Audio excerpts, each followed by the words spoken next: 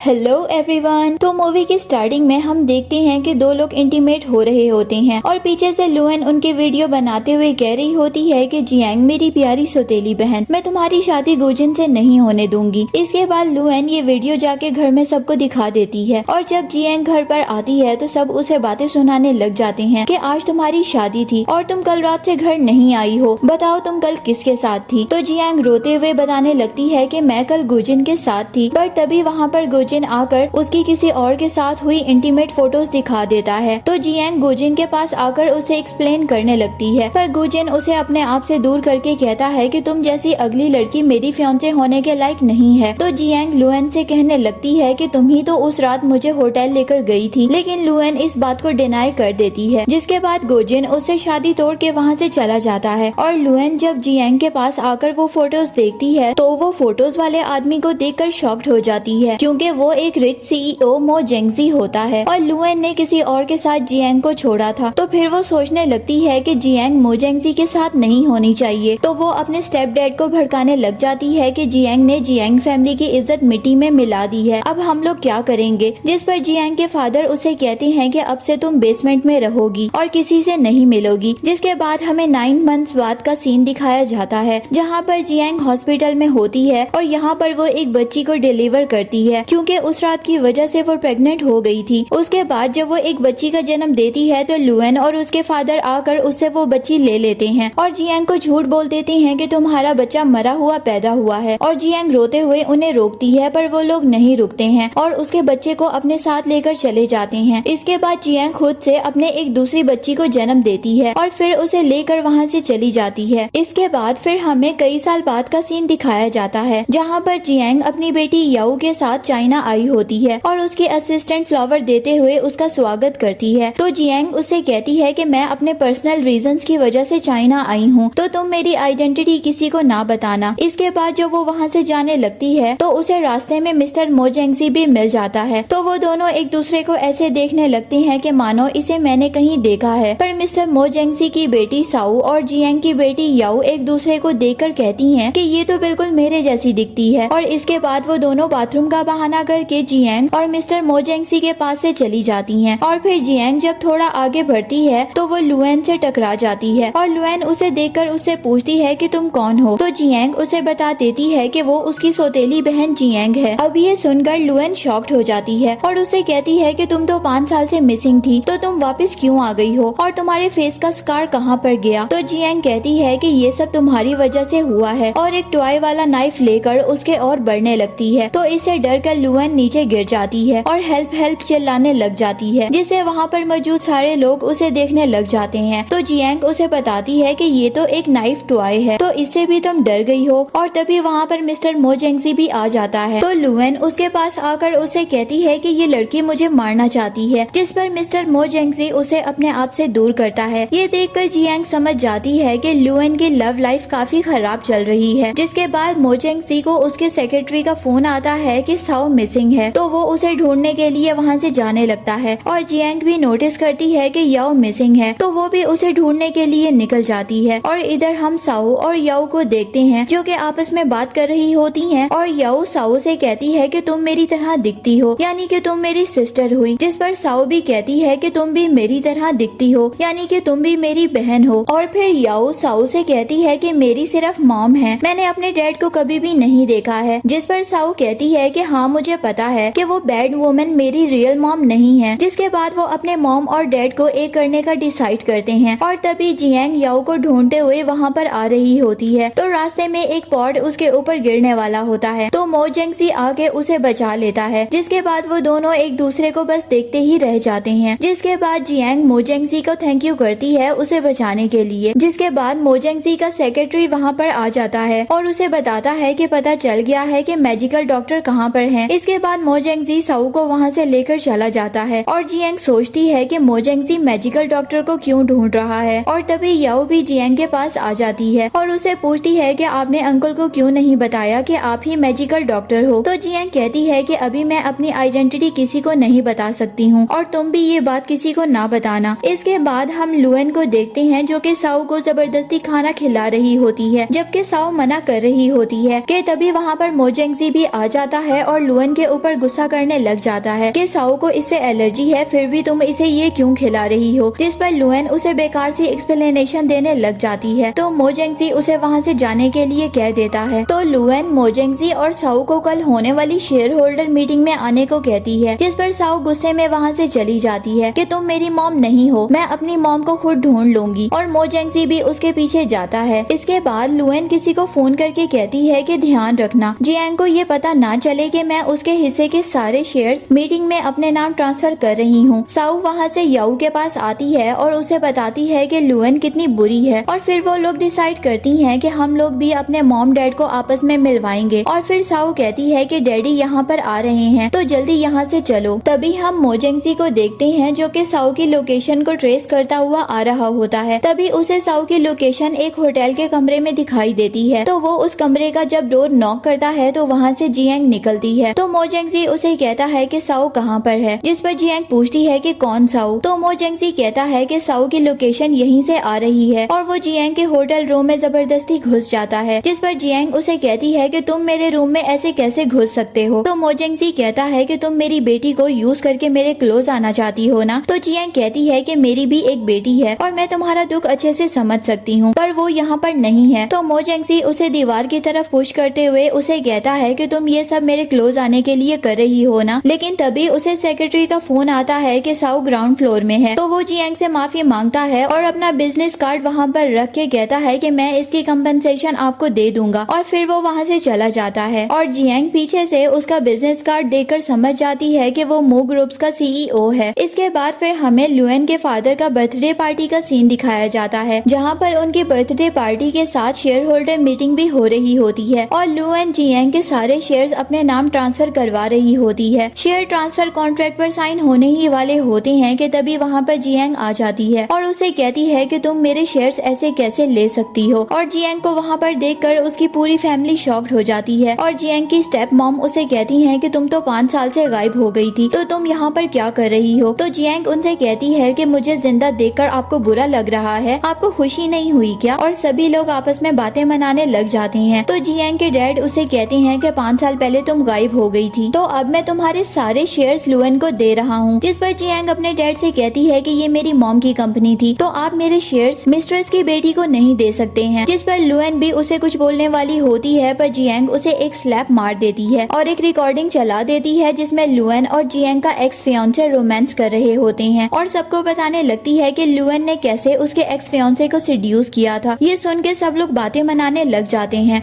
तो Loen dad से कहती है कि ये झूठ बोल रही है, ये बस मुझे फंसाना चाहती है जिससे जियांग फैमिली बदनाम हो जाए। तो फिर उसका डैड जियांग को बातें सुनाने लगता है, और लुएन जियांग से कहती है कि मैं तुम्हें इस गलती के लिए माफ कर दूंगी अगर तुम इस कॉन्ट्रैक्ट पर साइन कर दोगी। और उसके डैड भी कहते हैं कि लुएन पुरानी बातें भूल रही है, तो तुम भी पुरानी बातें भूल जाओ और अपने शेयर्स लुएन के नाम कर दो। पर जियांग अपने शेयर्स ट्रांसफर करने से साफ मना कर देती है और उन्हें ही बातें सुनाने लग जाती है कि उल्टा चोर कोतवाल को डांटे। जिस पर उसके फादर गार्ड्स को बुला लेते हैं और लुएन उसे एक स्लैप मार के उसे जबरदस्ती सिग्नेचर लेने लगती है कि तभी वहाँ पर मिस्टर मोजेंगजी भी आ जाता है, और उसे वहाँ देखकर वो लोग रुक जाते हैं और मोजेंगजी के पास जाकर उसे सिचुएशन बता रहे होते हैं। पर जियांग उसे बता देती है कि ये लोग मेरी मॉम की कंपनी के शेयर्स मुझसे जबरदस्ती लेना चाह रहे हैं। तो उसके डैड मोजेंगजी से कहते हैं कि ऐसा कुछ भी नहीं है, और वो गार्ड से कहकर जियांग को बाहर करने को कहते हैं। पर मोजेंगजी जियांग के पास आकर उसे कहता है कि ये मेरी दोस्त है और इसे कोई हाथ नहीं लगा सकता, और उसे लेकर जाने लगता है। पर जियांग के पैर में चोट लगी होती है कि तभी लुएन भी मोजेंगजी के पास आकर उसे चिपकने की ट्राई कर रही होती है, पर वो उसे अपने आप से दूर करके जियांग को गोद में उठाकर वहाँ से चला जाता है। तब लुएन घबराते हुए डैड के पास जाती है कि मोजेंगजी को अगर सब पता चल गया तो वो हम लोगों को छोड़ेगा नहीं। इसके बाद हम जियांग को देखते हैं जो कि मोजेंगजी को थैंक यू कर रही होती है कि तभी वहाँ पर सेक्रेटरी आ जाता है और बताता है कि साउ मिसिंग है, और साउ सुबह किसी लेडी के साथ थी। और जियांग को देखकर कहता है कि ये वही लेडी है जिसके साथ साउ थी, और वो मोजेंगजी और जियांग को वीडियो दिखाने लग जाता है। तो वो वीडियो देखकर जियांग उन्हें बताती है कि ये तो मेरी बेटी याऊ है और मैं ये प्रूफ भी कर सकती हूँ। जिसके बाद वो याऊ को ढूंढने लग जाती है और आने वाले सब लोगों से याऊ के बारे में पूछती है, पर किसी को याऊ के बारे में नहीं पता होता, जिससे वो परेशान होकर मोजेंगजी से हेल्प मांगती है। तो फिर मिस्टर मोजेंगजी सीसीटीवी कैमरा की मदद से उनका पता लगाने लगता है, जिससे वो उन्हें लिफ्ट में जाते हुए देखते हैं। तो मोजेंगजी समझ जाता है कि वो दोनों उसके होटल रूम के पास ही हैं। इधर हम साओ और याओ को देखते हैं जो कि अपने मॉम और डैड को एक करने के लिए एक दूसरे की आइडेंटिटी बदल लेती हैं। इसके बाद जब वो लोग मिस्टर मोजेंगजी के रूम में आती हैं तो वहाँ उन्हें याओ मिलती है। तो जियांग उसे पूछती है कि तुम यहाँ पर क्या कर रही हो, और उधर साओ भी मोजेंगजी को आवाज देकर बाहर बुला लेती है और वो दोनों एक साथ अपने मॉम डैड के सामने नहीं आते जिससे उन्हें उनकी सच्चाई ना पता चल जाए। और इसके बाद फिर हम याओ को देखते हैं जो कि साओ बनकर मिस्टर मोजेंगजी के पास आई होती है और मिस्टर मोजेंगजी उसे खाने के लिए सिर्फ सलाद दे रहे होते हैं। ये देखकर याओ कहती है कि मुझे ये नहीं बल्कि स्पाइसी फूड खाना है। ये सुनकर मिस्टर मोजेंगजी कहते हैं कि तुम्हें तो स्पाइसी फूड पसंद नहीं है ना, और तुम तो सिर्फ हेल्दी फूड ही खाती हो ना। तो वो मिस्टर मोजेंगजी को शक करते हुए देखकर कहती है कि मैं तो मजाक कर रही थी, और वो सलाद खाते हुए सोचने लगती है कि चलो कम से कम मेरी बहन को तो टेस्टी खाना खाने को मिल रहा होगा। और इधर हम साओ को देखते हैं जो कि याओ बनकर जियांग के पास गई होती है और जियांग उसे खाने में खूब सारा स्पाइसी फूड खिला देती है और वो खाकर साओ तो बेहोश हो जाती है क्योंकि उसे स्पाइसी फूड से एलर्जी होती है। जिसके बाद जब जियांग उसे चेक करती है तो उसे पता चलता है कि याओ को एलर्जी हो गई है। तो वो सोचती है कि याओ को कब से एलर्जी होने लग गई। इसके बाद जब साओ को होश आता है तो वो सोचती है कि कहीं उसका राज सामने ना आ जाए, तो वो उनसे झूठ बोल देती है कि मुझे कोल्ड हो गया है और शायद इसकी वजह से मुझे ये एलर्जी हो रही है। तो जियांग भी कहती है कि शायद तुम अब्रॉड से अभी अभी लौटी हो, तो शायद क्लाइमेट चेंज की वजह से तुम्हारी ये एलर्जी हो गई है। जिसके बाद जियांग के गेट पर कोई नॉक करता है और जब वो गेट खोलती है तो वहाँ पर लुएन होती है और उससे लड़ने लग जाती है कि तुम मोजेंगजी के होटल में क्यों रह रही हो। तो लगता है कि तुम उसे सेड्यूस करना चाहती हो और शायद तुम सोच रही होगी कि तुम्हारा फेस ठीक हो गया है तो तुम किसी मैन को भी सेड्यूस करके अपना बना लोगी। ये सुन के जियांग समझ जाती है कि मोजेंगजी और लुएन का रिश्ता इतना अच्छा नहीं चल रहा है। तो वो लुएन से कहती है कि शायद मिस्टर मोजेंगजी तुम में इंटरेस्टेड नहीं है, तभी तो तुम इतना चिंता कर रही हो। और फिर वो दोनों आपस में बहुत ज्यादा बहस करने लग जाती हैं कि तभी रूम से साओ भी निकल के आ जाती है और उसे वहाँ देखकर लुएन कहने लगती है कि तुम यहाँ पर क्या कर रही हो, तुम भी शायद इसके साथ मिल गई हो। और वो भी उसे बुरा भला बोलने लग जाती है और उसका हाथ पकड़कर घसीटने लगती है। तो जियांग उसे धक्का देकर नीचे गिरा देती है और उसे कहती है कि मेरी बेटी से दूर रहो। जिसके बाद लुएन उसे कहती है कि मैं तुम्हें छोड़ूंगी नहीं, और फिर वो वहाँ से चली जाती है। और जियांग साओ से पूछती है कि क्या तुम ठीक हो, तो साओ उसे हाँ कहती है। इसके बाद लुएन वहाँ से अपने घर आती है और अपने मॉम और फादर को बताती है कि जियांग के पास एक डॉटर है जो कि सेम टू सेम मिस्टर मोजेंगजी की बेटी की तरह दिखती है। अब ये सुनकर उसके फादर कहते हैं कि जरूर जियांग ने ट्विंस को जन्म दिया होगा, और उसकी मॉम भी कहती है कि हमने उसका फुल चेकअप भी नहीं करवाया था, तो शायद उसने ट्विंस को ही जन्म दिया होगा। जिसके बाद लुएन अपने मॉम डैड से हेल्प करने को कहती है। फिर नेक्स्ट डे वो जियांग से मिलने के लिए एक रेस्टोरेंट में जाते हैं जहाँ पर वो खाना खा रही होती है, और तभी वो लोग उसके पास आते हैं और जियांग से बहस करने लग जाते हैं। तो जियांग भी उन्हें अच्छा खासा सुना रही होती है। इसके बाद जियांग के फादर उसे अपने साथ चलने को कहते हैं और उसे अपने सारे शेयर्स लुएन के नाम करने के लिए कह देते हैं, जिसके लिए जियांग साफ मना कर देती है और कहती है कि आपने तो मुझे घर से निकाल दिया था, तो अब मैं वापस घर नहीं जाऊंगी। और फिर से उनकी बहस होने लग जाती है। और फिर जब वो लोग जियांग की मदर के बारे में कुछ उल्टा सीधा बोलते हैं तो जियांग लुएन और उसकी मॉम दोनों को अच्छा खासा स्लैप मारती है, जिससे गुस्से में लुएन की मदर उसे लड़ने के लिए आगे बढ़ रही होती हैं कि तभी जियांग उन्हें बताती है कि तुम मुझसे यहाँ पर लड़ोगी तो तुम जानती हो ना कि ये रेस्टोरेंट मोजेंगजी का है। और ये सुनकर उसके फादर डर जाते हैं और अपनी वाइफ को पकड़कर वहाँ से लेकर चले जाते हैं। इसके बाद फिर हम जियांग को देखते हैं जो कि अपने सेक्रेटरी से पता करवा रही होती है कि उसकी मॉम की कंपनी में सबसे ज्यादा शेयर्स किसके पास हैं। तो उसकी सेक्रेटरी उसे बताती है कि 30% शेयर्स मिस्टर मोजेंगजी के पास होते हैं। ये सुनकर जियांग शॉक्ड हो जाती है कि मिस्टर मोजेंगजी के पास इतने शेयर्स क्यों हैं। फिर हम मिस्टर मोजेंगजी को देखते हैं जो कि अपने सेक्रेटरी को बातें सुना रहा होता है कि तुम अब तक मैजिकल डॉक्टर को क्यों नहीं ढूंढ पाए। जिस पर उसका सेक्रेटरी उसे माफी मांगता है और उसे थोड़ा और टाइम देने के लिए कहता है कि तभी मैजिकल डॉक्टर उसे मैसेज करती है कि कल आप इस रेस्टोरेंट में आकर मुझसे मिल सकते हैं। जिसके बाद जब मिस्टर मोजेंगजी उस रेस्टोरेंट में जाता है तो वहाँ पर जियांग पहले से मौजूद होती है और उन दोनों को नहीं पता होता कि वो दोनों एक दूसरे से मिलने आए हैं। पर कुछ देर बाद वो दोनों एक दूसरे को नोटिस करते हैं और मोजेंगजी उसे कहता है कि क्या तुम मेरे पीछा कर रही हो, जिसके लिए जियांग मना कर देती है। और फिर जब जियांग उस पेशेंट के फादर को फोन करती है जो उसे मिलना चाहता था तो वो कॉल किसी और के पास नहीं बल्कि मोजेंगजी के पास जाता है। और जब मोजेंगजी फोन उठाता है तो वो बोलती है कि मैं जियांग बोल रही हूँ। तो मोजेंगजी जियांग से कहता है कि तुम मुझे क्यों फोन कर रही हो। ये देखकर जियांग समझ जाती है कि ये उसी पेशेंट का फादर है है, पर जियांग अपनी आइडेंटिटी रिवील नहीं करना चाहती थी और सोचती है कि मुझे ये मौका हाथ से जाने नहीं देना चाहिए और उसे भी मिस्टर मोजेंगजी से 30% शेयर के बारे में बात करनी थी। इसके बाद वो मिस्टर मोजेंगजी से बात करने लगती है कि आप अपने 30% शेयर्स मुझे बेच दीजिए, मैं आपको एक्चुअल प्राइस से 10% ज्यादा पे कर दूंगी। पर वो शेयर्स बेचने के लिए साफ मना कर देता है, जिसके बाद वो वहाँ से जाने लगता है। तो जियांग उसे ये बताने के लिए कि वो मैजिकल डॉक्टर है उसके पास जाने लगती है और जैसे ही वो उसे बताने वाली होती है कि तभी मोजेंगजी का सेक्रेटरी का फोन आ जाता है कि साउ की तबीयत खराब हो रही है। तो मोजेंगजी साउ के पास जाने के लिए निकलने लगता है और उसके पीछे पीछे जियांग भी आने लगती है कि तभी उसका पैर किसी चीज से टकरा जाता है और वो फिसल कर गिरने ही लगती है कि तभी मोजेंगजी उसे संभाल लेता है, पर उसके पैर में चोट लग जाने की वजह से मोजेंगजी उसे उठाकर टैक्सी के पास ले आता है। इसके बाद फिर हम लुएन, उसकी मॉम और उसके डैड को देखते हैं जो कि प्लानिंग बना रहे होते हैं कि जियांग को कैसे अपने रास्ते से हटाया जाए कि तभी लुएन बोलती है कि कहीं वो सब कुछ मोजेंगजी को ना बता दे, तो इसीलिए अब हमें उसे मार देना चाहिए। ये सुनकर उसके फादर कहते हैं कि इससे सीधा शक हमारे ऊपर ही जाएगा, जिस पर उसकी मॉम भी कहती है कि हमें उसे मारना नहीं चाहिए, जबकि हम लोग उसके साथ इससे भी बुरा कर सकते हैं। जिसके बाद वो सबको अपना प्लान बताती हैं कि हम लोग जियांग को एक बिजनेसमैन के साथ सेट कर देंगे, जिससे हमें भी इन्वेस्टमेंट मिल जाएगी और जियांग अपना सबक भी सीख लेगी। इसके बाद अगले दिन वो जियांग को किसी बहाने से मिलने के लिए बुलाते हैं और जब वो वहाँ पर आती है तो उसके फादर और उसकी स्टेप मदर उसे बहुत ही अच्छा बिहेव कर रहे होते हैं। तो उसे थोड़ा शक होता है, तो वो पर्स में रखा हुआ कैमरा ऑन कर देती है। जिसके बाद उसकी स्टेप मॉम उसे पानी पीने के लिए देती हैं, तो वो पानी जैसे ही जियांग पीती है तो उसे चक्कर आने लग जाते हैं, जिससे वो बेहोश हो जाती है। इसके बाद उसकी स्टेप मदर और उसके फादर एक होटल रूम में एक बिजनेसमैन के साथ उसे छोड़ देते हैं। इसके बाद जब वो बिजनेसमैन उसके साथ कुछ करने ही वाला होता है कि तभी जियांग को होश आ जाता है और वो बिजनेसमैन को एक ही मूव में बेहोश करके जाने लगती है कि तभी उसका फादर और उसकी स्टेप मदर उसे रोक लेते हैं। फिर वो उससे बहस करने लग जाते हैं कि तुम अपने सारे शेयर्स लुएन के नाम कर दो, जिसके लिए जियांग साफ मना कर रही होती है। तो उसके फादर उसे बता देते हैं कि उसका जो पहला बच्चा था वो जिंदा है और उसे उसका बर्थ सर्टिफिकेट भी दिखा देते हैं, जिस पर जियांग कहती है कि मेरा बच्चा जिंदा है और तुम लोगों ने तो बोला था कि वो मर गया है। जिस पर उसके फादर कहते हैं कि हम लोगों ने झूठ बोला था और वो अभी भी जिंदा है, और अगर तुम्हें उसके बारे में जानना है तो तुम अपने सारे शेयर्स लुएन के नाम कर दो, तो हम लोग भी तुम्हें बता देंगे कि तुम्हारा बच्चा कहाँ पर है। जिसके लिए जियांग तुरंत मान जाती है कि तभी पीछे से साओ भी आ जाती है और अपने मॉम को कॉन्ट्रैक्ट पर साइन करने से रोक देती है और कहती है कि मॉम आप इस पर साइन ना करिए। लेकिन जियांग के फादर साओ से कहते हैं कि क्या तुम अपनी बहन से नहीं मिलना चाहती हो, और वो फिर से जियांग को उसके बच्चे के लिए इमोशनली ब्लैकमेल करने लग जाते हैं। तो जियांग साओ से कहती है कि मैं अगर इनको शेयर्स दे दूंगी तो तुम्हारी बहन मिल जाएगी, जिसके बाद फिर हम लोग अपनी जिंदगी अच्छे से जिएंगे। ये सुनने के बाद साओ सोचती है कि उसकी मदर ने कभी भी उसको नहीं छोड़ा था, वो उसे हमेशा से ढूंढ रही थी और आज वो मेरे लिए अपने शेयर्स भी दांव पर लगा रही है। तो इसीलिए वो अपनी मॉम को बताने वाली होती है कि आप इस पर साइन ना करिए, क्योंकि मुझे पता है कि मेरी बहन कहाँ पर है। लेकिन फिर वो सोचती है कि इससे मेरी याऊ वाली आइडेंटिटी रिवील हो जाएगी और इसीलिए वो उसे कुछ नहीं बताती, लेकिन वो उस कॉन्ट्रैक्ट को भी फाड़ देती है। और फिर वो पेट दर्द का बहाना करके अपनी मॉम से कहती है कि मॉम मुझे बाथरूम जाना है। तो लुएन की मदर जियांग को धमकी देते हुए कहती है कि अगर आज तुमने इस कॉन्ट्रैक्ट पर साइन नहीं किया तो हम तुम्हें तुम्हारी बेटी के बारे में कभी भी नहीं बताएंगे। इसके बाद जियांग साउ को बाथरूम लेकर जाती है, तो साउ बाथरूम में जाकर याऊ को फोन करके यहीं बुला लेती है कि तुम जल्दी से यहाँ पर आ जाओ। जिसके बाद जब साउ बाथरूम से निकलती है तो वहाँ पर याऊ भी आ जाती है और उन दोनों को एक साथ देखकर जियांग शॉक्ड हो जाती है। इसके बाद वो दोनों सारी सच्चाई जियांग को बता देती हैं, जिसके बाद जियांग इमोशनल होकर साउ को अपने गले लगा लेती है और इसके बाद फिर वो अपने फादर के पास जाती है और उनसे कहती है कि पहले आप मेरी डॉटर को मेरे सामने लेकर आइए, तब मैं इस कॉन्ट्रैक्ट पर साइन करूंगी। जिस पर उसका फादर उसे धमकी देते हुए कहता है कि तुम मुझसे कोई होशियारी ना करो, अगर तुमने इस कॉन्ट्रैक्ट पर साइन नहीं किया तो मैं तुम्हारी अभी बिजनेसमैन के साथ वाली वीडियो को लीक कर दूंगा, जिससे तुम्हारी काफी बदनामी हो जाएगी। जिस पर जियांग भी उसे एक वीडियो दिखाती है जिसमें ये साफ पता चल रहा होता है कि ये सब उसके फादर और उसके स्टेप मदर की प्लानिंग थी। ये देखकर उसके फादर घबरा जाते हैं और कुछ भी बोल नहीं पाते और फिर जियांग वहाँ से बाहर आ जाती है। और इसके बाद फिर हम लुएन को देखते हैं जो कि मोजेंगजी से मिलने आई होती है और उसे बता रही होती है कि मैंने साउ के इलाज के लिए एक डॉक्टर को ढूंढ लिया है। तो मोजेंगजी उसे कहता है कि तुम कब तक साउ को यूज करके मेरे क्लोज आती रहोगी, और तभी वहाँ पर उसका सेक्रेटरी आकर उसे बताता है कि साउ मिसिंग हो गई है। तो मोजेंगजी लुएन के ऊपर गुस्सा करने करने लग जाता है कि कहीं तुमने ही तो उसे गायब नहीं किया है और अगर उसे कुछ भी हुआ तो मैं तुम्हें छोड़ूंगा नहीं। ये कहकर वो वहाँ से साउ को ढूंढने के लिए निकल जाता है। इसके बाद मोजेंजी साउ की लोकेशन ट्रेस करते हुए जियांग के पास आ जाता है और उसे कहता है कि मेरी डॉटर यहीं पर है और फिर से तुम भी यहीं पर हो, कहीं तुम मेरी डॉटर को यूज तो नहीं कर रही हो मेरे क्लोज आने के लिए। जिस पर जियांग इस बात को मना कर रही होती है कि मैंने तुम्हारी डॉटर को देखा तक नहीं है। जिसके बाद मिस्टर मोजेंजी उसे अपनी डॉटर की फोटो दिखाता है। ये देखकर जियांग शॉक्ड हो जाती है कि उस रात मोजेंजी ही मेरे साथ था, इसीलिए लुएन मुझसे मेरे बेबी को लेकर चली गई थी। जिसके बाद वो मोजेंजी को एक स्लैप मारते हुए उसे कहती है कि मेरे पास तुम्हारी डॉटर नहीं है और तभी साओ भी वहाँ पर आ जाती है और फिर मिस्टर मोजेंजी उसे अपने साथ घर लेकर चला जाता है। और फिर हम साओ को देखते हैं जो कि जियांग को सब कुछ बता रही होती है कि कैसे लुएन ने डैडी को झूठ बता दिया था कि मैं उसकी बेटी हूँ। और ये सुनकर जियांग सब कुछ समझ जाती है और तभी अचानक से साओ को चक्कर आने लगते हैं तो जियांग उसे संभालती है और साओ उसे बताती है कि मुझे पता है कि मैं बीमार हूँ, तभी डैडी मेरा इतना ज्यादा ख्याल रखते हैं। जिसके बाद फिर हम साओ को जियांग के घर पर देखते हैं जहाँ पर जियांग ने पता लगा लिया होता है कि साओ को कौन सी बीमारी है, पर उस बीमारी के बारे में उसके मदर के डॉक्यूमेंट्स में ही लिखा हुआ है जो कि जियांग हाउस में रखा होता है। तो वो सोचती है कि वो अपने घर से बिना अपनी स्टेप मॉम और फादर को पता लगा के वो डॉक्यूमेंट्स कैसे लेकर आए। इसके बाद फिर हम साओ और याओ को देखते हैं जो कि अलग अलग अपने डैड और मॉम को कन्विंस कर रही होती हैं मूवी देखने जाने के लिए। इसके बाद जब याओ मोजेंजी को मूवी थिएटर लेकर आती है तो वहाँ पर जियांग को देखकर उसे अपना चेहरा छुपाने लगती है और वो दोनों अगल बगल ही बैठे होते हैं। इसके बाद जब याओ मोजेंजी से कोल्ड ड्रिंक मांगती है तो वो कोल्ड ड्रिंक की जगह गलती से जियांग पर ही हाथ रख देता है, जिससे जियांग उसे एक परवर्ट समझकर उसे एक स्लैप मार देती है। और जब वो मोजेंजी को वहाँ पर देखती है तो वो शांति से अपनी सीट पर बैठ जाती है और मोजेंजी उसे माफी मांगने लगता है और थोड़ी देर बाद उन दोनों में फिर से बहस होने लग जाती है। तो साओ और याओ सोचती हैं कि ये तो उनका प्लान उल्टा ही पड़ गया है और इसके बाद याओ मोजेंजी से घर चलने के लिए कह देती है। तो मोजेंजी भी उसे वहाँ से घर लेकर आ जाता है और जियांग भी साओ को वहाँ से घर लेकर आ जाती है। इसके बाद मोजेंजी याओ से पूछता है कि क्या जियांग तुम्हारा जबरदस्ती यूज करके मेरे क्लोज तो नहीं आना चाह रही, जिस पर याओ कहती है कि ऐसा कुछ भी नहीं है, जियांग आंटी तो बहुत ही अच्छी हैं। ये सुनकर मोजेंजी जियांग से थोड़ा इम्प्रेस हो जाता है और जियांग को मैसेज करके आज की गलती के लिए माफी मांगते हुए उसे साथ में डिनर पर चलने के लिए कहता है और जियांग ये मैसेज देखकर स्माइल करने लग जाती है और उसके साथ डिनर पर चलने के लिए मान भी जाती है। इसके बाद नेक्स्ट डे जब जियांग उस रेस्टोरेंट में पहुंचती है तो उसे वहां पर उसका एक्स फियांसे भी मिल जाता है और उसका एक्स फियांसे उसे देखकर पहचान नहीं पाता और उसे फ्लर्ट करने लग जाता है और फिर वो उससे उसका नंबर मांगता है। तो जियांग भी उसके फोन में अपना नंबर टाइप करने लगती है जो कि जियांग के नाम से पहले से सेव होता है। ये देखकर उसका एक्स फियांसे समझ जाता है कि ये जियांग है। तो वो जियांग से कहने लगता है कि मुझे नहीं पता था कि तुम इतनी सुंदर हो जाओगी, तुम्हारी बहन का अफेयर बहुत सारे लोगों के साथ था, तो क्यों ना हम लोग भी फिर से साथ हो जाएं। और फिर वो उसे कुछ ज्यादा ही क्लोज होने लग जाता है और तभी मोजेंजी भी उन दोनों को इतना क्लोज देख लेता है, जिसके बाद वो जेलिस होते हुए वहाँ से अपने सेक्रेटरी के साथ चला जाता है। जिसके बाद जब जियांग का एक्स फियांसे उसके कुछ ज्यादा ही क्लोज आने लगता है तो जियांग उसे अपने आप से दूर करते हुए उसे एक थप्पड़ मारती है। तो उसका एक्स फियांसे भी उसे मारने ही वाला होता है कि तभी वहाँ पर मोजेंजी आकर उसे बचा लेता है और फिर उस रेस्टोरेंट का मैनेजर आकर मोजेंजी से माफी मांगता है और एक्स फियांसे को भी पता चल जाता है कि ये मू ग्रुप का सीईओ मोजेंजी है, तो वो भी उसे माफी मांगने लग जाता है। लेकिन मोजेंजी गार्ड से कहकर उसे वहाँ से निकलवा देता है। इसके बाद साओ और याओ लाइट बंद करके जियांग को धक्का दे देती हैं, जिससे वो गिरने ही वाली होती है तो मोजेंजी उसे बचा लेता है और उन दोनों की एक्सीडेंटली किस हो जाती है, जिसके बाद वो दोनों काफी एम्बेरेस्ड हो जाते हैं। इसके बाद जियांग फिर से मोजेंजी से उसके 30% शेयर्स उसे सेल करने को कहती है। इस बार मोजेंजी उसे सीधा मना नहीं करता और उसे पूछता है कि तुम्हें वो शेयर्स क्यों चाहिए और तुम जियांग फैमिली को इतना हेट क्यों करती हो, और अगर तुम मुझे अपना रीजन बताओगी तो मैं तुम्हारी हेल्प कर सकता हूँ। तो जियांग उसे कहती है कि अगर कोई आपसे आपकी प्यारी चीज छीन ले तो आप क्या करेंगे। तो मोजेंजी कहता है कि मैं उन सबको छोड़ूंगा नहीं, जिस पर जियांग कहती है कि मेरी भी ऐसी ही सेम सिचुएशन है, जिस पर मोजेंजी कहता है कि मैं तुम्हें अपने शेयर्स देने के बारे में सोचूंगा। और वो उससे ये भी पूछती है कि अगर साउ की मॉम उसे अपने साथ ले जाना चाहे तो क्या तुम साउ को उसे दे दोगे, जिस पर मोजेंजी साफ मना कर देता है कि मैं साउ को अपने से दूर कभी भी नहीं करूंगा और मैं खुद भी उसका अच्छे से देखभाल कर सकता हूँ। ये सुनकर जियांग समझ जाती है कि मोजेंजी साउ को उसे कभी भी नहीं देगा। इसके बाद मोजेंजी उसे टैक्सी में बैठाकर घर भेज देता है और फिर हम जियांग को देखते हैं जो कि अपने सेक्रेटरी को मार्केट में मौजूद शेयर्स खरीदने का कह रही होती है। तो उसकी सेक्रेटरी भी उसे बता देती है कि मार्केट्स के सारे शेयर्स खरीदने के लिए हमें बहुत ज्यादा मनी की जरूरत पड़ेगी। ये सुनकर जियांग सोचती है कि उसकी मदर की फंड मनी अब उसके काम आएंगी। जिसके बाद वो सेक्रेटरी से कहती है कि तुम सारे शेयर्स खरीदो, मैं तुम्हें पैसे भेजती हूँ। उसके बाद वो अपनी मदर के फंड से सेक्रेटरी को पैसे ट्रांसफर कर देती है। जिसके बाद उसे उसके फादर का फोन आता है कि तुम अपनी मदर के फंड से पैसे कैसे यूज कर सकती हो, मैं तुम्हारा फादर हूँ तो मेरी परमिशन के बिना उस अकाउंट से पैसे नहीं निकलवा सकती। जिस पर जियांग कहती है कि वो मेरी मदर के पैसे थे, मैं चाहे जैसे भी यूज करूँ, इससे आपको कोई मतलब नहीं है और अगर आपको दिक्कत हो रही है तो आप मुझ पर केस कर सकते हैं। जिसके बाद उन दोनों के बीच में थोड़ी बहस होने लग जाती है। इसके बाद उसका फादर उसे कहता है कि अगर तुमने अपने शेयर्स लुएन के नाम नहीं किए तो मैं तुम्हारी डॉटर को तुमसे कभी भी नहीं मिलवाऊंगा। जिस पर जियांग कहती है कि पहले आप उसे मेरे सामने लेकर आए, फिर मैं आपको वो शेयर्स भी दे दूंगी। पर उसके फादर कहते हैं कि मैंने अगर उसे तुम्हें दे दिया तो इसका कोई भी फायदा नहीं होगा क्योंकि वो ज्यादा दिन जिंदा नहीं रहेगी, क्योंकि उसे एक बीमारी है और इस बीमारी का सोल्यूशन खाली तुम्हारी मदर के डॉक्यूमेंट में लिखा हुआ है। जिसके बाद जियांग सोचती है कि उसके फादर को ये बात कैसे पता चली और अपने फादर से कहती है कि आपको उस डॉक्यूमेंट के बदले क्या चाहिए। जिस पर उसका फादर उस डॉक्यूमेंट के बदले उससे 50 मिलियन मांगता है। तो जियांग उसे कल एक रेस्टोरेंट में आने को कह देती है। इसके बाद जियांग किसी को फोन करके 50 मिलियन का इंतजाम करने को कहती है और उसे कहती है कि टेंशन ना लो, मैं उसे 50 रुपीज भी नहीं दूंगी। इसके बाद जियांग अपने फादर से मिलने आती है तो उसका फादर उसे कहता है कि तुमने मेरे अकाउंट में पैसे ट्रांसफर किए हैं बट वो पैसे मेरे अकाउंट में शो क्यों नहीं हो रहे। जिस पर जियांग कहती है कि मैंने तो पैसे भेज दिए हैं, अब आपके अकाउंट में पैसे ऐड होने में टाइम लग रहा है, तो आप अपने बैंक में फोन करके पूछ लीजिए कि आपके अकाउंट में पैसे आए हैं कि नहीं। और जब उसका फादर बैंक में फोन करता है तो वो लोग उसे बता देते हैं कि आपके अकाउंट में पैसे डिपॉजिट हुए हैं। ये सुनकर उसका फादर खुश हो जाता है और ये सब जियांग का ही प्लान होता है कि उसने एक फेक अकाउंट और एक हैकर की मदद से उसके अकाउंट में फेक मनी को शो करा दिया होता है। जिसके बाद उसके फादर उसे वो डॉक्यूमेंट दे देते हैं, लेकिन जब वो डॉक्यूमेंट चेक करती है तो वो नकली निकलते हैं। ये देखकर जियांग बहुत गुस्सा हो जाती है और अपने फादर से कहती है कि ये तो नकली हैं। तो उसके फादर उसे कहते हैं कि तुम्हारी मदर ने मुझे उस डॉक्यूमेंट के बारे में कभी भी नहीं बताया था और जब वो मर भी रही थी तब भी उसने मुझे उस डॉक्यूमेंट के बारे में नहीं बताया था, तो मैं तुम्हें कहां से वो डॉक्यूमेंट दे सकता हूं और मैंने तो बस एक ट्रिक खेल के तुमसे वो पैसे हथिया लिए हैं। जिस पर जियांग उन्हें कहती है कि मैंने भी जो आपको 50 मिलियन दिए हैं वो भी नकली हैं। ये सुनकर उसका फादर बहुत गुस्सा हो जाता है और जियांग को बातें सुनाते हुए वहाँ से बाहर आ जाता है और उसे बाहर लुएन मिलती है जो कि अपने फादर से पूछती है कि क्या आपको पैसे मिले। तो उसका फादर उसे बताता है कि जियांग ने मुझे पैसे नहीं दिए हैं। तभी हम देखते हैं कि उनके पास में एक ओल्ड लेडी बेहोश हो जाती है और लुएन उस ओल्ड लेडी को देखकर समझ जाती है कि ये मोजेंगजी की ग्रैंड माँ है। तो वो अपने फादर को बताती है कि अगर मैंने उन्हें बचा लिया तो उसकी ग्रैंड माँ मेरी और मोजेंगजी की शादी करा देंगी और उनकी बात को मोजेंगजी भी मना नहीं कर सकता। तो उसके फादर कहते हैं कि जल्दी जाओ, वेट क्यों कर रही हो। फिर वो ग्रैंड माँ के पास आ जाती है और सबको बताती है कि मैं एक मेडिकल ग्रेजुएट हूँ और मैं उनका इलाज कर सकती हूँ और फिर वो उनको CPR देने लगती है। लेकिन तभी वहाँ पर जियांग भी आ जाती है और लुएन से कहती है कि तुम इनको गलत CPR दे रही हो। जिस पर लुएन उसे लड़ने लग जाती है कि तुम मेरी लाइमलाइट क्यों छीन रही हो। तो जियांग उसे धक्का देकर पीछे कर देती है। तो लुएन उसे कहती है कि शायद तुम्हें पता नहीं है कि ये ग्रैंड माँ कौन है। तो जियांग कहती है कि मैं एक डॉक्टर हूँ, ये चाहे जो भी हो मैं इनका इलाज करूंगी। इसके बाद वो एक नीडल की मदद से उनका इलाज करने लग जाती है। तभी वहाँ पर मोजेंगजी भी आ जाता है और उसको इलाज करते देखकर उससे पूछता है कि ये बेहोश कैसे हो गई। तो जियांग कहती है कि टेंशन मत ले, मैं इन्हें कुछ भी नहीं होने दूंगी। तो मोजेंगजी उसे कहता है कि मुझे तुम पर पूरा भरोसा है। जिसके बाद वो लोग उन्हें हॉस्पिटल में एडमिट करा देते हैं। तो डॉक्टर मोजेंगजी को बताता है कि एडमिट होने से पहले ही उनका किसी ने अच्छे से इलाज कर दिया था और अब वो पूरी तरीके से ठीक हैं। और डॉक्टर जियांग से पूछता है कि तुमने कौन सी टेक्निक को यूज किया था। तो जियांग झूठ बोल देती है कि मैंने बेसिक फर्स्ट एड को यूज किया था और फिर वो वहाँ से चली जाती है। तो मोजेंगजी सोचता है कि जियांग भी उसी फ्लाइट में थी जिसमें मैजिकल डॉक्टर था और उसकी ट्रीटमेंट टेक्निक भी काफी यूनिक है, कहीं यही तो मैजिकल डॉक्टर नहीं है। तो वो उसके पीछे जाता है और उसे रोकते हुए पूछता है कि तुम अब्रॉड में क्या काम करती हो। तो जियांग उसे झूठ बोल देती है कि मैं वहाँ पर बिजनेस करती थी और अपना हाथ मोजेंगजी से छुड़ाकर वहाँ से चली जाती है। तो मोजेंगजी सेक्रेटरी से जियांग की पूरी रिपोर्ट निकलवाने को कह देता है। इसके बाद फिर हमें अगले दिन का सीन दिखाया जाता है जहाँ पर लुएन ग्रैंडमा को झूठ बोल देती है कि उसने उन्हें बचाया था। तो ग्रैंडमा मोजेंगजी को लुएन से शादी करने के लिए कहने लग जाती हैं कि तभी याओ वहाँ पर आकर ग्रैंडमा माँ को बता देती है कि लुएन ने नहीं बल्कि जियांग ने आपकी मदद की थी। और ये सुनकर लुएन याओ के ऊपर भड़क जाती है। तो मो जेंगजी लुएन को एक थप्पड़ मारता है और उसे कहता है कि याओ बिल्कुल सही बोल रही है और ये बात मुझे डॉक्टर ने भी बताई थी। जिसके बाद ग्रैंड माँ लुएन से कहती है कि मुझे तुमसे ये उम्मीद नहीं थी और आज के बाद तुम घर भी ना आना। जिसके बाद लुएन मुंह बनाते हुए वहाँ से चली जाती है। इसके बाद फिर हमें अगले दिन का सीन दिखाया जाता है जहाँ पर ग्रैंड माँ जियांग से मिलने आ रही होती हैं और जब वो उनका डोर नॉक करती है तो वहाँ से साउ और जियांग साथ बाहर निकलती हैं। तो ग्रैंड माँ साउ से पूछती हैं कि तुम यहाँ पर क्या कर रही हो। तो वो झूठ बोल देती है कि मैं यहाँ खेलने आई थी। इसके बाद ग्रैंड माँ अपनी जान बचाने के लिए जियांग को थैंक यू करती है, जिस पर जियांग कहती है कि ये तो मेरा फर्ज था और जिसे ग्रैंड माँ उसकी काइंड नेचर को देखकर इम्प्रेस हो जाती हैं और वो उससे पूछती हैं कि क्या वो सिंगल है। तो साउ उन्हें बता देती है कि ये अभी सिंगल है। तो ग्रैंड माँ जियांग से कहती है कि मो जेंगजी भी अब तक सिंगल है और ग्रैंड माँ साउ से भी पूछती हैं कि तुम्हें जियांग अपनी मदर के रूप में कैसी लगती हैं। तो साउ उन्हें बताती है कि मुझे जियांग आंटी बहुत पसंद है। तो ग्रैंड माँ कहती है कि मैं तुम्हारी और मो जेंगजी के रिश्ते की बात किसी और दिन आकर करूंगी और जिसके बाद वो वहाँ से चली जाती हैं। और इसके बाद हम देखते हैं कि जियांग जब साउ के खाने के लिए कुछ खरीदने जा रही होती है कि तभी कुछ लोग आकर उसे किडनैप कर लेते हैं और ये देखकर साउ बहुत ज्यादा डर जाती है और वो ये बात याओ को भी बता देती है। और फिर याओ जियांग की किडनैपिंग के बाद मो जेंगजी को बताते हुए उसकी मदद करने के लिए कहती है। तो वो उससे पूछता है कि तुम्हें ये बात कैसे पता चली, जिस पर याओ भी कुछ नहीं बोल पाती। तो मो जेंगजी जियांग को फोन लगाता है पर उसका फोन स्विच ऑफ आ रहा होता है। इसके बाद फिर हमें किडनैपर्स को दिखाया जाता है जो कि जियांग को जिंदा दफनाने के लिए एक गड्ढा खोद रहे होते हैं और जियांग को भी यहाँ पर होश आ चुका होता है और वो सोचती है कि वो ऐसे मर नहीं सकती है। उसकी डॉटर्स उसका वेट कर रही हैं। और फिर एक किडनैपर कहता है कि ये लड़की कितनी सुंदर लग रही है, अगर हम लोग इसे ऐसे ही मार देंगे तो इस लड़की की खूबसूरती वेस्ट हो जाएगी। जिस पर किडनैपर्स उसे कहते हैं कि तुम अपना काम करो और मुझे ज्यादा परेशानी में ना डालो। इसके बाद हमें मो जेंगजी को दिखाया जाता है जो कि अपने सेक्रेटरी के साथ होता है और सोच रहा होता है कि जियांग को कौन किडनैप कर सकता है कि तभी वहाँ पर लुएन भी आ जाती है। तो मो जेंगजी उसे कहता है कि मैंने तुमसे कहा था कि तुम मेरे घर में मेरी परमिशन के बिना नहीं आ सकती हो। तो लुएन कहती है कि मैं साउ की मदर हूँ और उस जियांग की वजह से कल साउ किडनैप होते होते बची है। जिस पर मो जेंगजी कहता है कि तुम्हें किडनैपिंग वाली बात कैसे पता चली, जिस पर लुएन कहती है कि मैंने ये बात कहीं से सुनी थी। तो मो जेंगजी उसे कहता है कि अभी तक तो ये बात किसी को भी नहीं पता चली है और उसे एक स्लैप मार के कहता है कि अगर इस किडनैपिंग में तुम्हारा हाथ हुआ तो मैं तुम्हें छोड़ूंगा नहीं। और फिर हम देखते हैं कि वो मेन किडनैपर अपने साथी को गड्ढा खोदने का कहकर बाथरूम में चला जाता है कि तभी जियांग भी उठने लगती है। तो किडनैपर उसके पास आकर उसे सेक्सुअली हैरेस करने लग जाता है पर जियांग अपने पास में रखा हुआ एक पत्थर उसके सर पर मार देती है जिससे वो बेहोश हो जाता है। जिसके बाद वो जंगल की तरफ भागते हुए हेल्प हेल्प चिल्ला रही होती है कि तभी मेन किडनैपर भी उसके पीछे आने लगता है और वो उसके ऊपर अटैक करने ही वाला होता है कि तभी जियांग एक पॉइजन वाला नीडल उसे चुबा देती है कि तभी मो जेंगजी भी वहाँ पर आ जाता है और उसे एक किक मार के गिरा देता है। फिर जियांग को संभालते हुए उसे किस करने वाला होता है। तो जियांग उसे बताती है कि तुम्हारे सारे बॉडीगार्ड्स हम लोगों को देख रहे हैं। तो वो दोनों एक दूसरे से दूर हो जाते हैं और इसके बाद मो जेंगजी उसे उठाकर उसके रूम में लेकर आता है। तो यहाँ पर उसका रूम एकदम हनीमून स्टाइल में सजा होता है। तो जियांग उसे कहती है कि मेरा होटल कब से ये सर्विस देने लग गया। इसके बाद वो जियांग को बेड की ओर पुश करता है और उसे किस करने के लिए उसके क्लोज आता है। तो जियांग भी अपनी आंखें बंद कर लेती है। तो मो जेंगजी उसे बिना किस करे वहाँ से स्माइल करते हुए निकल जाता है। इसके बाद मो जेंगजी का सेक्रेटरी उसे बताता है कि जियांग की किडनैपिंग के पीछे जियांग फैमिली यानी कि लुएन का भी हाथ हो सकता है और ये बात याओ भी सुन लेती है। तो वो ये बात साउ को भी बता देती है। तो वो दोनों एक प्लान बनाकर लुएन के फादर की रिकॉर्डिंग मो जेंगजी के लैपटॉप में डाल देती हैं और जब मो जेंगजी वो रिकॉर्डिंग सुनता है तो उसमें लुएन के फादर जियांग को धमकी दे रहे होते हैं कि अगर तुमने अपने शेयर्स लुएन के नाम नहीं किए तो मैं तुम्हारी डॉटर को मार दूंगा। ये सुनकर मो जेंगजी गुस्सा हो जाता है और सीधा जियांग के रूम के पास आ जाता है और जब जियांग गेट ओपन करती है तो मो जेंगजी को वहाँ पर देखकर उससे पूछती है कि तुम यहाँ पर क्या करने आए हो। तो मो जेंगजी उसे कहता है कि तुम्हें मेरे शेयर्स चाहिए थे ना और फिर वो अपने सारे शेयर्स जियांग के नाम पर ट्रांसफर कर देता है। तो जियांग उससे पूछती है कि तुम अब मुझे ये शेयर्स देने के लिए कैसे मान गए, जिस पर मो जेंगजी उसे कहता है कि मुझे नहीं पता था कि तुम्हारा जियांग फैमिली से क्या मसला है, पर मुझे ये पसंद नहीं है कि कोई किसी को ब्लैकमेल करने के लिए उसकी बेटी का यूज करे। ये सुनकर जियांग उसे इम्प्रेस हो जाती है। इसके बाद मो जेंगजी जियांग से कहता है कि अब मैं चलता हूँ, मुझे साउ को डॉक्टर को भी दिखाने जाना है और डोर से ये सब साउ और याओ भी देख लेती हैं। तो वो लोग अपनी पर्सनैलिटी वापस चेंज कर लेती हैं। इसके बाद फिर हमें हमें दिखाया जाता है कि जब ये बात लुएन की मदर और उसके फादर को पता चलती है तो वो लोग जियांग के पास आकर उसे बहस करने लग जाते हैं कि तुम मोजेंगजी से शेयर्स कैसे ले सकती हो। तो जियांग उसे कहती है कि अगर तुम लोग मुझसे ऐसे ही लड़ते रहोगे तो मैं तुम लोगों को होमलेस बनाकर छोड़ दूंगी और अब मेरे पास कंपनी के सबसे ज्यादा शेयर्स हैं, तो तुम लोग अब मुझसे पंगा बिल्कुल मत लो। और ये कहकर वो वहाँ से चली जाती है। तो लुएन की मदर कहती है कि अब हमें जियांग को अपने रिश्ते से हटा देना चाहिए। तो लुएन के फादर उसे कहते हैं कि अब मोजेंगजी के सारे शेयर्स उसके पास हैं, जिस पर वो उन्हें बताती हैं कि मैंने इसका सोल्यूशन के लिए लुएन को मोजेंगजी के पास भेजा है, तो तुम इस बात की टेंशन ना लो। इसके बाद फिर हमें दिखाया जाता है कि जियांग को उसके असिस्टेंट का फोन आता है कि मोजेंगजी ने अपने सारे शेयर्स देने से मना कर दिया है। ये सुनकर जियांग शॉक्ड हो जाती है और वहाँ से सीधा मोजेंगजी के घर आ जाती है, लेकिन सिक्योरिटी वाले उसे अंदर जाने नहीं देते। तो जियांग मोजेंगजी को आवाज देकर बाहर बुलाने लग जाती है और जब वो बाहर आता है तो जियांग उससे पूछती है कि तुमने ऐसा क्यों किया। तो मोजेंगजी उसे बताता है कि मेरे कुछ पर्सनल रीजंस हैं, इसीलिए मैं तुम्हें वो शेयर्स नहीं दे सकता हूँ, पर अपनी डील ब्रेक करने के लिए मैं तुम्हें फुल कंपनसेट कर दूंगा। तो जियांग उसे कहती है कि तुम मेरी हेल्प नहीं करना चाहते हो तो ठीक है, पर मैं उनसे अपना बदला लेकर रहूंगी। इसके बाद मोजेंगजी जब वापस अपने घर आता है तो वहाँ पर लुएन भी होती है और जैसे ही मोजेंगजी अंदर जाता है तो वो उसके पास आकर उसे चिपकने का ट्राई करने लग जाती है। तो मोजेंगजी उसे कहता है कि तुम जियांग से इतना हेट करती हो कि उसे बर्बाद करना चाहती हो। तो लुएन उसके सामने इनोसेंट बनने का ट्राई कर रही होती है। ये देखकर मोजेंगजी गुस्सा हो जाता है और उसे एक स्लैप मार के कहता है कि तुम मेरे सामने इनोसेंट बनने की एक्टिंग ना करो। और इसके बाद हम देखते हैं कि जब जियांग अपने घर आती है तो उसकी तबीयत काफी खराब हो जाती है। तो वो अपनी बेटी से कहती है कि मुझे फीवर है तो तुम इस रूम में सो जाओ, मैं दूसरे रूम में सोने जा रही हूँ। इधर हम लुएन को देखते हैं जिसे उसकी मदर बता रही होती है कि मैंने मोजेंगजी के ड्रिंक में नशे की दवाई मिला दी थी और वो अभी रूम नंबर 2001 में है, तो तुम ये मौका अपने हाथ से ना जाने देना। लेकिन हम देखते हैं कि जियांग तबीयत खराब होने के कारण चक्कर खाते हुए उसी रूम में गलती से पहुंच जाती है, जिसके बाद मोजेंगजी और जियांग आपस में इंटीमेट हो जाते हैं। और तभी लुएन भी वहाँ पर आ जाती है और देखती है कि उस रूम का दरवाजा लॉक है। तो वो सोचती है कि उसकी मॉम ने तो कहा था कि यहाँ का दरवाजा खुला होगा, जिसके बाद वो वहाँ से चली जाती है। और जब सुबह मोजेंगजी की नींद खुलती है तो वो अपने पास जियांग को देखकर शॉक्ड हो जाता है और जब वो उसे उठाने के लिए उसे टच करता है तो उसे पता चलता है कि जियांग को फीवर है, जिसके बाद वो उसका अच्छे से ख्याल रखने लग जाता है। इसके बाद उसका सेक्रेटरी आकर उसे बताता है कि आपकी ड्रिंक में किसी ने नशे की दवाई मिला दी थी और जियांग की तबीयत खराब थी, इसीलिए वो आपके रूम में गलती से आ गई थी और आप दोनों के साथ ऐसा हो गया है। ये सुनकर मोजेंगजी कहता है कि पता लगाओ कि ये सब किसने किया है। और इसके बाद जियांग की भी नींद खुल जाती है। तो वो पूछती है कि तुमने मेरे साथ क्या किया। तो मोजेंगजी उसे बताता है कि मुझे किसी ने ड्रग्स दे दिया था, जिसके कारण ये सब हो गया है और मैं इसके लिए तुम्हें कंपनसेट दे सकता हूँ। तो जियांग इसके बदले उसे अपने शेयर्स देने को कहती है। तो मोजेंगजी उसे कहता है कि क्या वो शेयर्स तुम्हारे लिए इतने इम्पोर्टेंट हैं। तो जियांग उसे कहती है कि अगर तुम मुझे वो शेयर्स नहीं दे सकते हो तो मुझे कुछ और नहीं चाहिए और वो वहाँ से चली जाती है। इसके बाद फिर हम देखते हैं कि जियांग जब याओ के साथ ग्रोसरीज का सामान लेकर वापस लौट रही होती है तो तभी लुएन की मदर उसे कार से हिट करने वाली होती है। तो जियांग याओ को धक्का देकर खुद उस कार के सामने आ जाती है, जिसके बाद उसे हॉस्पिटल में एडमिट करवाया जाता है। और जब ये बात मोजेंगजी को पता चलती है तो वो जल्दी से हॉस्पिटल आ जाता है और डॉक्टर से जियांग के बारे में पूछता है कि क्या वो ठीक है। तो डॉक्टर उसे बताते हैं कि उसके बचने के चांसेस बहुत कम हैं। ये सुनकर मोजेंगजी बहुत ज्यादा सैड हो जाता है कि तभी याओ मास्क लगाकर उसके पास आती है और उससे पूछती है कि क्या आप मेरी मदर जियांग से मिलने आए हैं। तो मोजेंगजी के हाँ कहने पर वो उसे बताती है कि जियांग बिल्कुल ठीक है और उनके सिर्फ पैर में चोट लगी है। ये सुनकर मोजेंगजी थोड़ा रिलीफ फील करता है और इसके बाद वो जियांग से मिलने आता है और वो उसे देखते ही सीधा होकर लेट जाती है और वो उसे कहता है कि मैं तुम्हें अपने सारे शेयर्स दे दूंगा और उसे अपने प्यार का इजहार भी कर देता है। ये सुनकर जियांग बहुत ज्यादा शॉक्ड हो जाती है और मोजेंगजी कहता है कि अब मैं जियांग फैमिली को तुम्हें हर्ट करने नहीं दूंगा और अब से तुम्हारा हमेशा साथ दूंगा। ये सुनकर जियांग बहुत ज्यादा ब्लश करने लग जाती है कि तभी उसे किसी का फोन आता है। तो फिर वो मोजेंगजी से उसकी हेल्प करने के लिए कहती है, जिसके बाद हमें दिखाया जाता है कि जियांग के फादर ने एक शेयर होल्डर मीटिंग बुलाई होती है और यहाँ पर वो सबको बताते हैं कि जियांग का एक्सीडेंट हो गया है और वो जीने मरने के स्थिति में है। तो मैं उसके फादर होने के नाते से उसके सारे शेयर्स अपने नाम ट्रांसफर करवा रहा हूँ। ये सुनकर एक शेयर होल्डर कहता है कि आप उसके शेयर्स अपने नाम ट्रांसफर कैसे करवा सकते हैं और आपकी वाइफ ही तो उसे हर्ट करना चाह रही थी। तो उसके फादर बोलते हैं कि मैं जियांग फैमिली का हेड हूँ तो मैं ये डिसीजन ले सकता हूँ। कि तभी वहाँ पर जियांग आ जाती है और उनसे कहती है कि आप ऐसा नहीं कर सकते हैं और जियांग को तो वहाँ पर देखकर लुएन की मदर उसे कहती है कि तुम अब तक जिंदा हो। तो जियांग उनसे कहती है तो क्या आप मुझे मरा हुआ देखना चाहती थी। ये सुनकर वो चुप हो जाती हैं। इसके बाद जियांग अपने फादर से कहती है कि अब आप इस कंपनी के चेयरमैन नहीं रहेंगे और वो सबके सामने अनाउंस कर देती है कि अब से मैं इस कंपनी की चेयरवुमन हूँ और सबको दिखाती है कि उसके पास इस कंपनी के 60% शेयर्स हैं। ये देखकर जियांग फैमिली शॉक्ड हो जाती है। तो जियांग के फादर उसे लड़ने लग जाते हैं कि तुम मेरे साथ ऐसा कैसे कर सकती हो। तो जियांग उनसे कहती है कि जो आपने मेरी मदर के साथ किया है मैं उसके लिए आपको सबक सिखा रही हूँ। जिस पर उसके फादर गुस्से में उसके ऊपर हाथ उठाने वाले होते हैं कि तभी मोजेंगजी आकर उसे बचा लेता है और उसको सपोर्ट करते हुए कहता है कि अब आप लोग इसे नुकसान नहीं पहुंचा सकते हैं, अब मैं इसके साथ हूँ। और फिर जियांग अपने फादर को पुलिस से अरेस्ट करवा देती है। उसके फादर उसे माफी मांगने लग जाते हैं लेकिन जियांग उन्हें माफ नहीं करती और इसके बाद मोजेंगजी और जियांग बाहर आते हैं। तो तभी मोजेंगजी का सेक्रेटरी का फोन आता है कि साउ को खून की उल्टियां होने लगी हैं। तो वो जियांग के साथ वहाँ से हॉस्पिटल जाता है और डॉक्टर उसे बताते हैं कि साउ का इलाज अब सिर्फ मेडिकल डॉक्टर ही कर सकती हैं। तो जियांग मोजेंगजी को बता देती है कि वही मेडिकल डॉक्टर है और उसने ये बात इसीलिए नहीं बताई थी ताकि ये बात जियांग फैमिली को ना पता चले। जिसके बाद वो उसकी मॉम के डॉक्यूमेंट्स को डॉक्टर को दे देती है जिसमें उसकी बीमारी का ट्रीटमेंट लिखा था और डॉक्टर मोजेंगजी को बता देता है कि लुएन की किडनी साउ से मैच नहीं कर रही है, तो हमें पहले साउ से मैच कर रही किडनी का इंतजाम करना पड़ेगा। तो जियांग उनसे कहती है कि मैं अपनी किडनी साउ को दे दूंगी। जिसके बाद उन दोनों को ऑपरेशन थिएटर में ले जाते हैं और उसकी किडनी साउ से मैच कर गई होती है कि तभी मोजेंगजी के पास याओ आती है और उसे डैडी बुलाती है। तो मोजेंगजी उसे कहता है कि तुम मुझे डैडी क्यों बुला रही हो। तो याओ अपना मास्क हटाती है। तो मोजेंगजी उसे कहता है कि तुम तो बाहर हो, तो अंदर कौन है। तो याओ उसे बताती है कि मैं आपकी और जियांग की बेटी याओ हूँ। ये सुनकर मोजेंगजी बहुत ज्यादा शॉक्ड हो जाता है, उसे बहुत जोर से झटका लगता है। इसके बाद मोजेंगजी उनका डीएनए टेस्ट करवाता है। तो डॉक्टर उसे बताता है कि साओ और याओ दोनों आपकी बेटियां हैं और वो आपकी और जियांग की ही बेटी हैं। ये सुनकर मोजेंगजी समझ जाता है कि जियांग ही उस रात उसके साथ थी। इसके बाद मोजेंगजी वहाँ से जियांग के पास आता है और उसे पूछता है कि क्या तुम ठीक हो। तो जियांग उसे हाँ कहती है कि तभी वहाँ पर याओ भी आ जाती है। तो जियांग मोजेंगजी को कहती है कि मैं तुम्हें याओ को नहीं दूंगी। जिस पर मोजेंगजी कहता है कि मैं याओ को तुमसे अलग नहीं करूंगा, पर मेरी एक शर्त है कि तुम्हें भी हम लोगों के साथ रहना होगा। तो याओ भी जियांग से ये शर्त मानने के लिए इंसिस्ट करती है। तो जियांग कहती है कि ये तो तुम्हारी परफॉर्मेंस पे डिपेंड करेगा। और फिर मोजेंगजी का सेक्रेटरी उसे बताता है कि ये सब जियांग फैमिली की ही प्लानिंग थी और उसकी फैमिली को शुरुआत से ही इस बारे में पता था और उन लोगों ने आपके बच्चे को मारने की कोशिश भी की थी। ये सुनकर मोजेंगजी गुस्से में आ जाता है कि उनकी इतनी हिम्मत कैसे हुई, अब मैं उन्हें छोड़ूंगा नहीं। इसके बाद लुएन की मदर हॉस्पिटल के बाहर मीडिया को बुलाकर मोजेंगजी और जियांग के बारे में उल्टा सीधा बोलने लग जाती हैं कि मोजेंगजी ने मेरी बेटी के ऊपर चीट किया है और वो भी उसकी बहन जियांग के साथ। तभी मोजेंगजी जियांग के साथ वहाँ पर आ जाता है और उनसे कहता है कि आप झूठ क्यों बोल रही हैं। तो वो कहती हैं कि मैं सच बोल रही हूँ और मीडिया को बताती हैं कि ये लोग मुझे मेरी ग्रैंड डॉटर से भी मिलने नहीं दे रहे हैं। तभी वहाँ पर याओ आ जाती है और सबको बता देती है कि मेरी मदर जियांग है। तो ये सुनकर लुएन की मदर गुस्सा हो जाती हैं और उसका हाथ पकड़कर घसीटने लगती हैं। तो मोजेंगजी उन्हें धक्का देकर याओ से दूर कर देता है। तो वो मीडिया के सामने ही रोने धोने लग जाती हैं कि तभी वहाँ पर साओ भी आ जाती है और सबको बता देती है कि जियांग ही मेरी मॉम है। और जियांग भी उसकी सच्चाई सबको बता देती हैं कि ये 20 साल पहले मेरी नैनी थी, लेकिन फिर इसने मेरे फादर को सेड्यूस करके मेरी फैमिली को बर्बाद कर दिया और इसने मेरी मदर को भी मरवा दिया था। ये सुनकर वो लुएन से कहने लगती है कि तुम्हारी मदर ये डिजर्व करती थी। और जिसके बाद मोजेंगजी सिक्योरिटी से कहकर लुएन की मदर को अरेस्ट करवा देता है। और जब ये खबर लुएन को पता चलती है तो वो बहुत ज्यादा डर जाती है कि अब मोजेंगजी उसे भी पुलिस से अरेस्ट करवा देगा। तो वो अपना सामान जल्दी से पैक करके वहाँ से भागने लगती है कि तभी वो बाहर सिक्योरिटी को देख लेती है। तो वो अपना गेटअप नर्स की तरह करके वहाँ से भाग जाती है और वहाँ से सीधा साउ के हॉस्पिटल पहुँच जाती है और नर्स का गेटअप करके साउ के रूम को प्रोटेक्ट कर रहे दोनों गार्ड्स को बेहोश करके उसके रूम में जाकर उसे किडनैप कर लेती है। और जब ये बात मोजेंगजी को पता चलती है तो वो और जियांग दोनों बहुत ज्यादा परेशान हो जाते हैं। इसके बाद मोजेंगजी साउ को ढूंढने के लिए वहाँ से निकल जाता है और उसे रास्ते में लुएन भी मिल जाती है जो कि नर्स के गेटअप में साउ को गार्बेज के डब्बे में लेकर जा रही होती है। तो मोजेंगजी उसे देखकर पूछता है कि क्या आपने एक छोटी लड़की को देखा है। तो वो मना करके लिफ्ट में चली जाती है। उसके लिफ्ट में चढ़ने के बाद मोजेंगजी को याद आता है कि ये तो लुएन थी। तो वो जल्दी से उसके पीछे जाता है पर लिफ्ट बंद हो जाती है और लुएन उसे एक स्माइल भी पास करती है। इसके बाद सब लोग मिलकर साउ को ढूंढने लग जाते हैं और यहाँ पर लुएन को देखते हैं जो कि साउ को मारने वाली होती है कि तभी वहाँ पर जियांग आकर उसे बचा लेती है। पर वहाँ पर वो बहुत ज्यादा कमजोर होती है जिससे वो बेसबॉल बैट का इस्तेमाल भी नहीं कर पा रही होती तो लुएन उसे बेसबॉल बैट छीनकर उसे मारने वाली होती है कि तभी साउ उसके पैर पे काट लेती है जिससे वो वहीं पर गिर जाती है और तभी मोजेंगजी भी पुलिस के साथ उसे अरेस्ट करवाने के लिए आ जाता है। तो लुएन जियांग से रिक्वेस्ट करने लग जाती है कि तुम मुझे बहुत हेट करती हो ना, तो तुम मुझे मार दो क्योंकि मैं जेल नहीं जाना चाहती हूँ। तो जियांग उसे कहती है कि मैं तुम्हें नहीं मारूंगी और तुम्हें जेल जाकर ही ये बात पता चलेगी कि जिंदगी जीना मरने से भी ज्यादा मुश्किल होता है और अब तुम अपनी सारी जिंदगी जेल में गुजारना। इसके बाद फिर हमें लास्ट सीन में दिखाया जाता है कि जियांग साउ और याओ को कहानी पढ़कर सुना रही होती है कि तभी वहाँ पर मोजेंगजी आकर साउ और याओ को उनके रूम में जाकर सोने को कहता है। तो साउ और याओ कहती हैं कि मैं आज यहीं सोना चाहती हूँ। तो मोजेंगजी कहता है कि तुम यहाँ नहीं सो सकती हो, अब तुम्हारी मदर मेरी वाइफ भी हैं और मैं ही उसके साथ सोऊंगा। जिसके बाद वो साउ और याओ को वहाँ से उनके रूम में ले आता है और उन्हें बताता है कि मैं कल तुम्हारी मॉम के साथ डेट पर जा रहा हूँ और तुम लोगों को ग्रैंड माँ के यहाँ छोड़ दूंगा, तो तुम लोग हमें परेशान ना करना। और फिर वो वहाँ से चला जाता है। तो साउ और याओ डिस्कस करती हैं कि हमने बेकार में इन दोनों को एक कर दिया है और अब डैडी ने ही मम्मी को हमसे चुरा लिया है। और इसके बाद फिर मोजेंगजी जियांग के पास आकर उसे रोमांस करने लग जाता है और यहीं इस रोमांस के साथ इस मूवी की हैप्पी एंडिंग हो जाती है। Thank you so much for watching. See you in a next video. Bye bye.